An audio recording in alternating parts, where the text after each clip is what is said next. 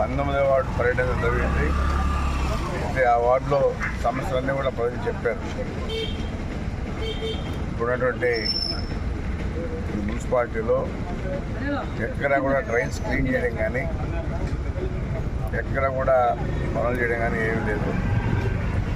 ఆ 19వ వార్డులో రోడ్డును కూడా ఆక్రమించి ఇళ్ళు కట్టుకుంటా ఉన్నారు.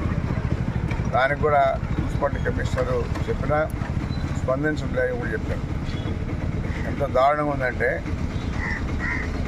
ఆ టైంలో అదే 19వ వార్డులో వాటర్ ప్లాంట్ ఇచ్చాం. అదే తెలుగుదేశం పార్టీలో మా సొంత డబ్బులతో పెట్టాం. ఈరోజు దాన్ని దౌర్జన్యంగా పెట్టుకొని అది ఒక కార్యాలయంగా వాడుతున్నారు. వాడు కట్టుకొని వాళ్ళు చేసుకుంటే పర్వాలే, సొమ్ము ఒకరిది షోక్ ఒకరిది ఈరోజు జరుగుతున్న పరిస్థితి. కాబట్టి ఎన్నో రోజులు లేదు, దగ్గరలో టైం కూడా దగ్గర పడింది. ఇవన్నీ కూడా సరిచేసే బాధ్యత తీసుకుంటాం.